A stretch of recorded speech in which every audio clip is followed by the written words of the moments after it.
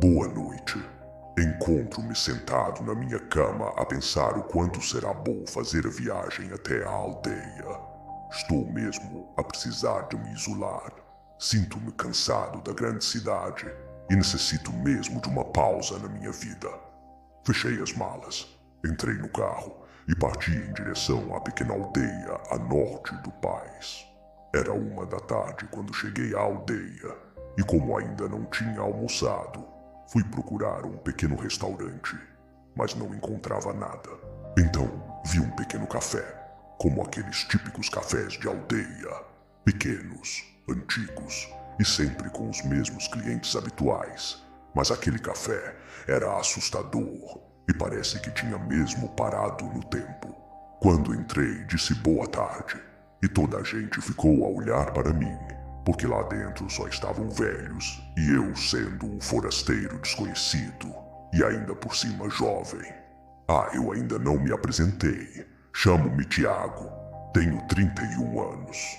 No fim de almoçar, o dono do café, chamado Sr. Berto, perguntou-me o que é que eu fazia naquela aldeia, pois lá não havia nada para fazer. E eu respondi que foi exatamente isso que eu tinha ido fazer: ficar isolado e não fazer nada. Muito surpreendido, o Sr. Berto perguntou-me se eu tinha algum familiar ali, ou alguma casa, e eu respondi que tinha alugado o velho chalé da Ermelinda. Nesse mesmo momento, o café gelou e o ambiente ficou meio tenso, até que o Sr. Berto me perguntou: meu bom rapaz, tu sabes o que dizem daquele lugar? Não, respondi assustado. Não gosto de falar mal sobre as coisas da minha terra, mas tu precisas de saber o que se passou por lá, disse o Sr. Berto com um ar de alerta. Então ele apresentou-me ao Sr. Manuel, que era um senhor de estrutura baixa, completamente careca, com um grande bigode meio marcado do cigarro e do vinho tinto que ele estava a beber. Este aqui é o Sr. Manuel. Ele mora na quinta mesmo, ao lado do chalé da Ermelinda. É melhor teres uma conversa com ele antes de ires para lá, disse o Sr. Berto. Cumprimentei o Sr. Manuel e perguntei se me poderia sentar, e ele, com muita simpatia, respondeu que sim. Sr. Manuel, eu vou ficar as próximas noites no chalé da Dona Ermelinda. E o Sr. Berto disse-me que devia vir falar consigo antes de ir para lá, e estou muito curioso com o que se passa naquele lugar, disse eu meio reticente. Meu filho, antes de te contar, não quero que penses que estou maluco ou que a minha idade já não me permita estar lúcido. Mas o que te vou contar eu vi com os meus próprios olhos, disse o Sr. Manuel dando uma passa no cigarro. Então começou a contar. Eu costumava fazer o pasto com os meus animais na parte de trás do chalé da Dona Ermelinda. Seguia sempre o caminho em terra que havia até a serra, quando num dia uma das minhas ovelhas tinha desaparecido e eu decidi ir procurar. Já se tinha passado 2 horas e nada de encontrar a ovelha, e como já estava a anoitecer, decidi ir para casa. Quando ao longe, perto de uma árvore que fica entre o cruzamento de 2 caminhos, as chamadas encruzilhadas, vi alguém de estrutura baixa com uma grande capa preta e um capuz na cabeça. O susto foi de tal tamanho que só me consegui esconder atrás de uma grande pedra que lá estava e parar para respirar um bocado. Aquele encapuzado começou a acender umas velas pretas e colocou em círculo à volta do buraco que tinha cavado e começou a despejar uma garrafa que parece ser de pinga, e porque aquilo fez imenso fogo e barulho, e como sussurros dava para ouvir umas palavras que não deviam ser em português, porque não se percebia nada, parecia latim. Até que aquele encapuzado foi ao saco e retirou de lá a minha ovelha que ainda estava viva, e com um punhal matou-a mesmo à minha frente. Fiquei com uma raiva gigante, mas consegui conter-me porque queria ver no que aquilo iria dar. Atirou a ovelha para dentro do buraco e começou a gritar de forma descontrolada. Foi nesse momento que, quando aquilo se virou, eu fiquei completamente estático e congelado, porque o encapuzado era a Dona Ermelinda. Assim que consegui sair dali, fui a correr para casa. E como o meu quarto ficava no segundo andar e ficava de frente para a encruzilhada, fiquei lá a ver se a velha voltaria ou algo acontecia. Acabei por cair no sono e quando eram por volta das 2h30 da manhã, fui acordado com uma enorme tempestade e muito vento. E quando estava a fechar a janela, comecei a ouvir uns cânticos como se fosse cânticos de louvor bem lá no fundo. E dava para ver umas pequenas luzes em movimento como se fossem velas. Eu estava completamente aterrorizado com aquilo.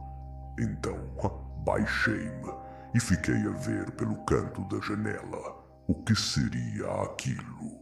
Quando as luzes se aproximaram, consegui perceber que eram mesmo velas, e aquilo parecia uma procissão, mas todas as pessoas estavam cobertas com mantos pretos iguais aos da velha, e isso nem foi o mais estranho e assustador.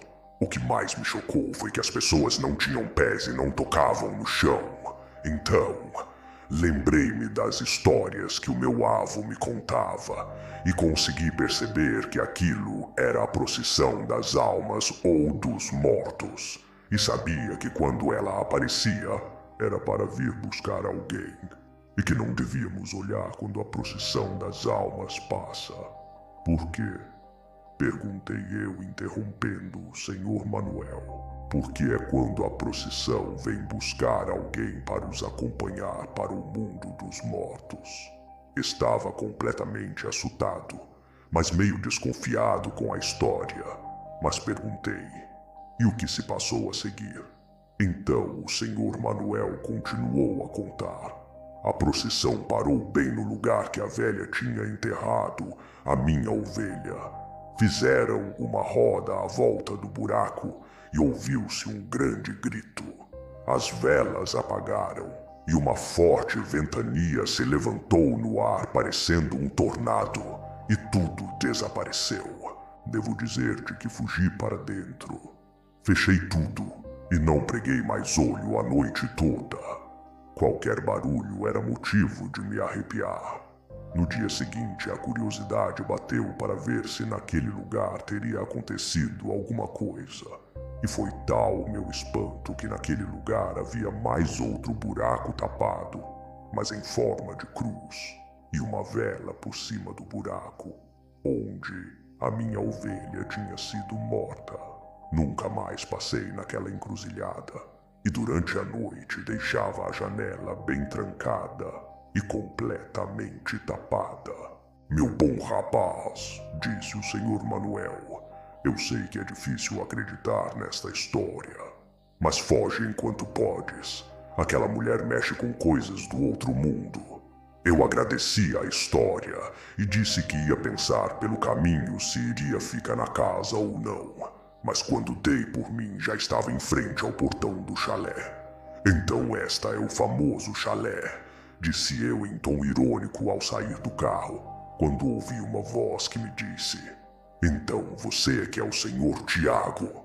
O susto foi de tal modo que quando dei um berro e quando olhei para trás, lá estava ela, a Dona Ermelinda. Perdoe-me se o assustei. Só estava à sua espera para lhe dar as chaves, porque tenho mais coisas para fazer, disse a Dona Ermelinda com um ligeiro sorriso na cara. Peguei nas chaves e agradeci entrando logo no carro e subindo a entrada do chalé. O chalé era bastante agradável, quase tudo em madeira e pedra e bem convidativo por dentro. Fui logo ver onde ficavam os quartos e reparei que o quarto maior ficava de frente para uma encruzilhada com uma árvore. E lembrei logo da história do Senhor Manuel, e então pensei comigo, é mesmo aqui que vou ficar. O resto do dia foi tranquilo. Acendi um fogo e fiquei a ler um livro quando acabei por adormecer. Acordei, já eram 11 da noite. e decidi ir deitar-me no quarto. Quando estava a baixar a janela, vi uma luz em movimento, mas pensei que poderia ser o Senhor Manuel para me assustar, e fechei a janela e fui para a cama. Mas algo me estava a dizer para não dormir já. Passando algum tempo, começo a ouvir uns cantares, parecia um coro, e eu, curioso, fui ver, mas sempre com cuidado, até que à minha frente lá estava, ela com os seus mantos e as suas velas. Eu não conseguia acreditar. Aquilo era a procissão das almas. Fiquei estático a olhar para aquilo enquanto passavam no caminho. Nesse momento a procissão parou, e o último da procissão olhou para onde eu estava e veio na minha direção. Eu fechei a janela, fechei a cortina e fui me deitar, olhando sempre para a janela, até que ela começou a ficar iluminada, e ouvi 2 toques na janela, como se fosse alguém a chamar-me.